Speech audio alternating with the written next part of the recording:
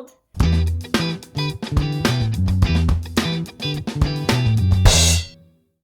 Welcome to Family Tanks. A place for families to learn about nature while keeping and appreciating exotic pets. This is Lucius. I'm Zosia. And I'm Scott. So, Zosia, what are we doing today? We'll be talking about all our pets, our rack, and future projects. Exactly. We're going to go over everything that we have going on now, a little bit of its history, and hopefully get some ideas for what we're going to do in the future, right? You should subscribe and like, because you can see more animal updates every month. We have all sorts of stuff coming up, and we want your feedback. So make sure that you hit that like button and the subscribe button. It really helps us make greater videos. That's so right. And then leave comments and let us know and be like, hey, Family Tanks, I really want to see you guys keep a king cobra. Okay, maybe that's and we'll say no. But because that's crazy. Well, not for everyone. But what would we like to do in the future? Just throw out an idea. Leopard geckos. Ooh, leopard geckos would be a cool idea. So anyway, Zosia, why don't you take everybody through everything we have going on right now, and let's take a look. Let's get started. So this is Lucius. If you haven't met him before, he is our ball python. We've had him about 3.5 weeks, and he is very friendly of a snake. How old is he now? He's like 3 months at the most. He's a very little guy. He is a ball python, if you haven't recognized the species.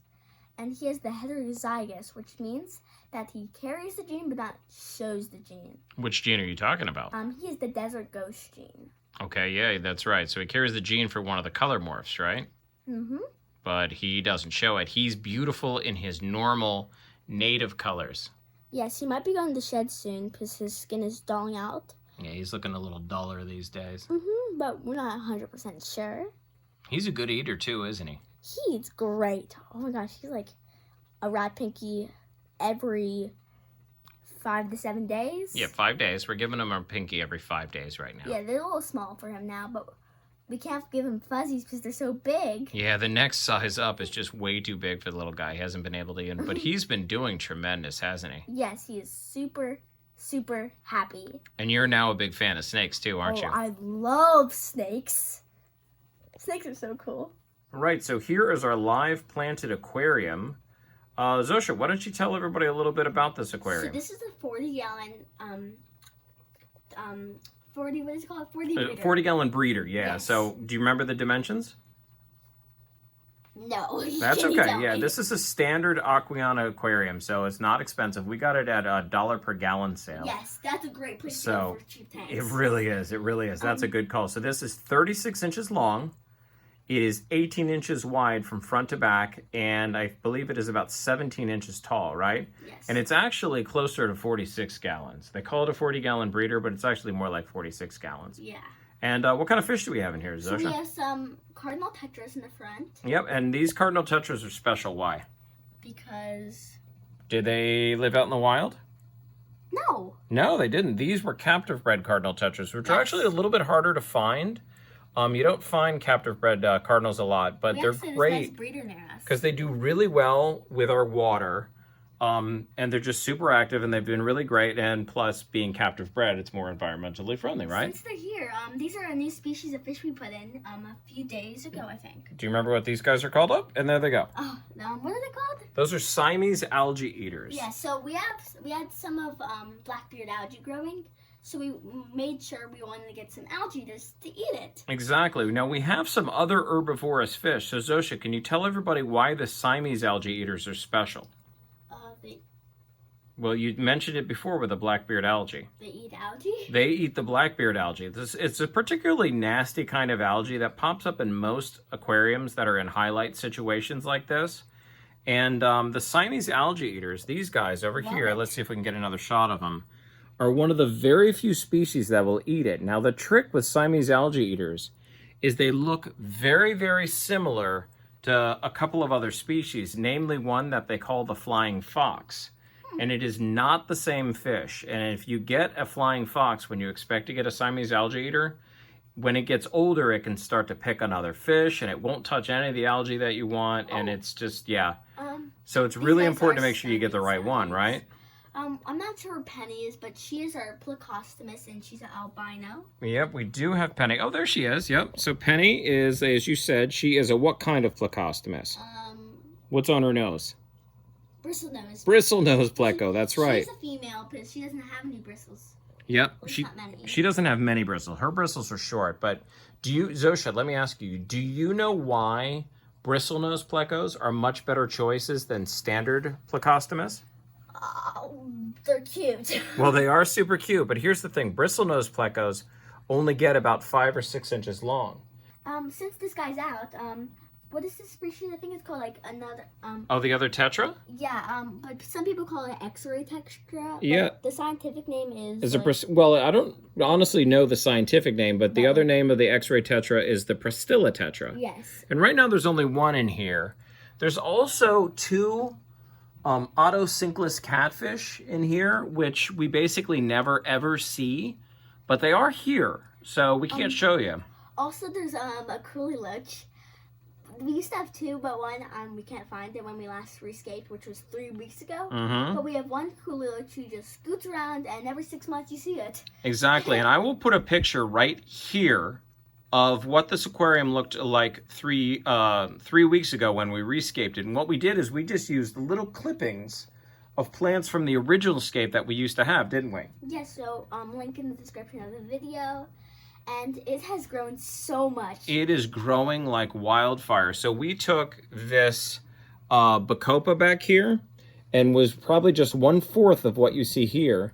And since then it has grown to easily 3 times the size, and we've clipped off pieces of it and transplanted it over here, and everything's growing so much. It's growing like mad, and the oh my gosh, I don't remember the names of all these plants. Whenever you think of something, you just never can figure out. I know. Well, we'll put a list of the plants in the description. That way you can see what they are, because I honestly don't remember what they are.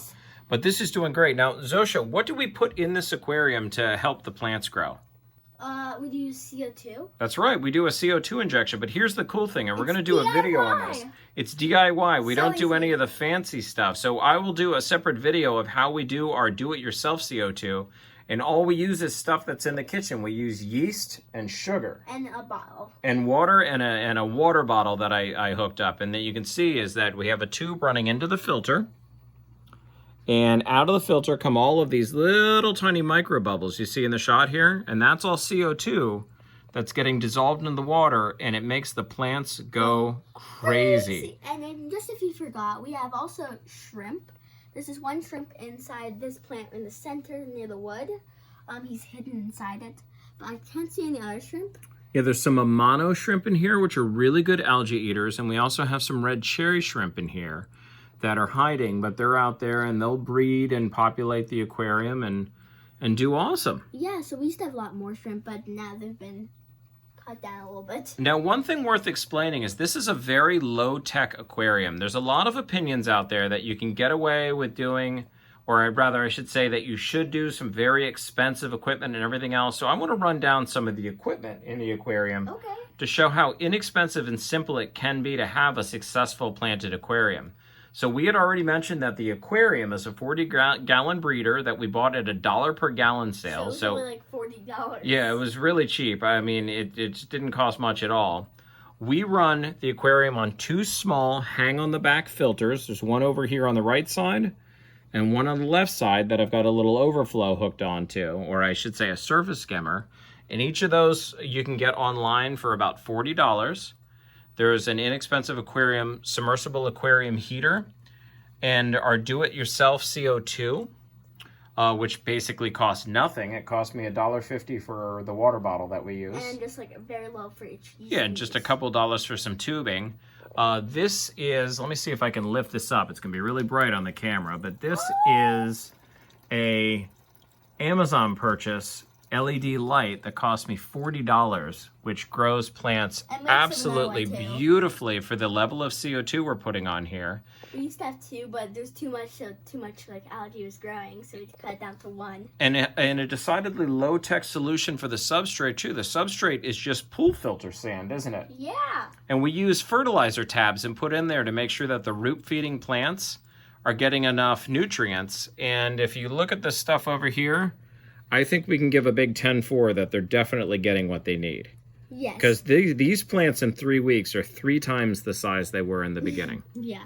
And you can find the sand at like any hardware store you go to. Yep, and our plan is to maybe add 1 or 2 other species of plants and maybe a new kind of moss to this. But honestly, as the plants grow... Get thicker and this would be beautiful! Exactly. So all the plants you see in this shot here are all stem plants, which means that they can actually be trimmed off. Like you see this piece hanging off to the right of the frame here. That can be clipped off and then planted back, and that will grow to be a new plant. Kind of like, I don't know, a flower, like clippings? Exactly, exactly. So if you look at like the bacopa right here, all of the plants 3 weeks ago were less than the amount just here. And then from that, we've propagated all of what you see here. Now, obviously, we had different species already, of course, but it just goes to show how well it grows and everything grows up. So this has been doing really great. It's been a fun project. Yes. And we're going to make this a complete jungle before too long, right? It is beautiful looking. I love it. So this is our dart frogs. They are so beautiful. Look at their colors. They've been doing great in their new enclosure. We've had them for like 3.5 weeks now. Mm-hmm. Same as our snake. Yeah, we got them the same day, didn't we? Mm-hmm. And there's So- Vern up here. Vern. It's his little nickname. We got Vernon And Petunia. and Petunia. So tell everybody about the enclosure here and everything we built here. So we have lots of growth so far. We think they're actually both girls, so most unlikely that they're gonna not have babies. We're not sure yet, but yeah, there's a theory that they could both be girls because at this point they're getting fairly mature and they haven't started calling at all, have they? And No. our understanding is only the males call, so maybe they're both girls, but that's okay. Well, we'll see. They are beautiful how they are too. Look at this plant. It's really having a lot of growth on here. Yeah, the vivarium in general is growing up a lot, isn't it? Yeah. I don't see the size difference in them any bit, but I bet they have changed some size too. Yep, and this whole thing, to remind everybody who might not have seen the earlier video we did about finishing this build out, this is built out of a 20-gallon tall aquarium with a spray foam background, right? Yeah. That we put coconut fiber on it. We made vines. The vines you see in the back are actually little bits of rope that were also covered with silicone and coconut fiber, and then live planted soil and leaf litter and everything on there. And They it's look so happy. oh, it's been doing so great. It's They've a been climbing around the little grass. little slice of rainforest here in our house, right? Yeah, it's beautiful. So this has been doing wonderfully. These guys are eating. I put in every other day to about every 3 days. I tip in about 50 or 60 fruit flies, and And they they're just like, kind of munch, they munch, sit munch. there and they munch a bunch right at first, don't they? Yeah, but if you can see this like white powder, that's from their calcium or like multivitamin powder. Yep. Yeah, that's right. We dust the flies with a mineral supplement, vitamin supplement for the froggies. So they're extra healthy. And you it's guys. been just doing absolutely wonderfully. And we've got some cool plants in here. We've got an arrow plant. This is a rabbit's foot fern, which has actually sent off new shoots. You can see up here on the right. We So have that's this mystery plant that's growing actually like right there. there's all sorts of stuff. And actually some of the cool things here is these green plants you see growing in the substrate here. That is actually a plant along with these in the back right there in the center of the frame. Those are plants that I took out of my aquarium, right? Yes, and Because they're great. they can grow immersed, exactly. And they're actually, they adapted. They kind of died back at first, but then they started growing back again in their immersed form. And they're doing great. And then we've got, like you said, the miniature palms. We have a terrestrial bromeliad here, as well as your, I guess you would call it an arboreal bromeliad. I'm not really sure how the terminology would work, but Yeah, and then don't we have this like mystery vine that started growing and it looks great, but like You don't know what it is? Well, we know what the vine is. But didn't you like you had like this plant just started growing? There are some random things growing in here for sure. There's a moss growing back here, which we're not entirely sure where it came from, but it looks really cool. Now, we introduced a bunch of different kinds of moss in here. We tried like the water moss, but it didn't grow. Yeah, slurry. and then I also moved some weeping moss out of the aquarium in here to see if that would grow. And some of it is growing down here where it's extra wet all the time. And that might be what's growing on the back as well, because I kind of scattered it throughout. It might have died back at first and come back, and then here comes Petunia, just checking it out. Oh yeah, she just fell into the water and came back up. Petunia loves the camera. Yeah, she's the star of the show. I know. Vern's a little bit more of the quiet type, but Petunia's all about the glory. Hello. She loves the spotlight. My name's Petunia. I'm so rad. Hello. But for now, there you go, went swimming. Those are our dart frogs, and we absolutely love these guys, right? We love them. So we're talking about our rack and future projects. So this is our rack. We keep it down in the basement, and it's much easier for cooling things. Like the frogs, they need to be cooler, and for the snake, we can heat it up much easier than cooling it down. So that's a big bonus. Now let's talk about our first future project. This is our hexagon acrylic tank, and we're not sure what we're gonna do with this, but we're probably gonna do a Blackwater Amazon. We have a video dedicated to this, so we'll put it in the description. And if you have any ideas, put it in the comments. So next we'll be talking about this. This is probably gonna be Lucius's tank, and he's gonna be in here once he's an adult. Right now, he's in his little 10-gallon. But for this spot, when he grows up, we're probably not going to have a 10-gallon still, and we're going to put a 20-gallon just to fill the space. So next, let's move over here. And this is the leopard gecko we're going to probably get. And we're going to have him in a natural desert terrarium. Is that what it's called? A terrarium or a vivarium? Vivarium. Yeah, there you go. Got to keep you technical here. Yeah, technical. And for this tank, we have no idea what we're gonna do with this. So, any ideas? Future project. Well, we might do like another type of dart frogs, like a thumbnail. We could. Oh, the thumbnails are cute. Are those little tomato guys? They're little cute. They're super cute. Let's go to the other side. This is the workbench. This is where we do all our stuff. It's crafting, building stuff. And right here we have a 20 long. We're probably gonna put this into a saltwater tank. So it'll be like some corals and a few fish. Exactly. And your dad has to work down here too, doesn't he? Yeah, so it'll be very fun. So I get to hang out with the fish if I get to work down here. Frogs, all the fun stuff. All right, and then what else do we have on here? We have this betta tank, and we're going to get a betta, and we're thinking about getting a male blue V-tail. And they're going to be in here, and we're going to probably put it upstairs. And you're going to do your own custom aquascape too, aren't you? Yes, my own aquascape. Super cool. Cool, right? And then what's behind you? Right here. We have no idea what we're going to do with this. So, what do you think? Well, what did that tank used to be? Oh, it used to be our aquarium. That used to be our planted aquarium. That is a 38-gallon aquarium, which is pretty scratched up. Yes, but it is a cool space to put it. But you can see from all sides. Exactly. Working on this side, on this side, and back behind here. Yeah, who knows what we'll do with it. So like Zosia said, put it in the comments. But yeah, that's been a cool tank, and we can do anything with it. And how did I get that tank? Do you remember? Oh, you found it in a dumpster. I found it in a dumpster. Yeah, all this one man's treasure is another's. Wait, no, one man's junk is another treasure. I said that wrong. You got it. You got it. You're good. You're good. I know. So this is it was cost us nothing, and it worked. We tested it. Cleaned out the glass, and bam! Yeah. It's an aquarium. We were using it as the planted aquarium for, 3.5 years? Yeah. Well, and we then upgraded to something nicer. Yeah, we changed it over to the 40, which you see in this video. But yeah, that's now an empty aquarium that can be used for anything we want. Anything. I'm thinking some sort of another vivarium, or maybe like a paludarium where the bottom half is an aquarium and then the top half is like land. What if we did a reptarium, which is like a riparium. Riparium. Yeah. It could be like a stream and then like the sand. I don't know. We want to hear your ideas though, yes, don't we? All your ideas. Put that in the chat. Everything you think of.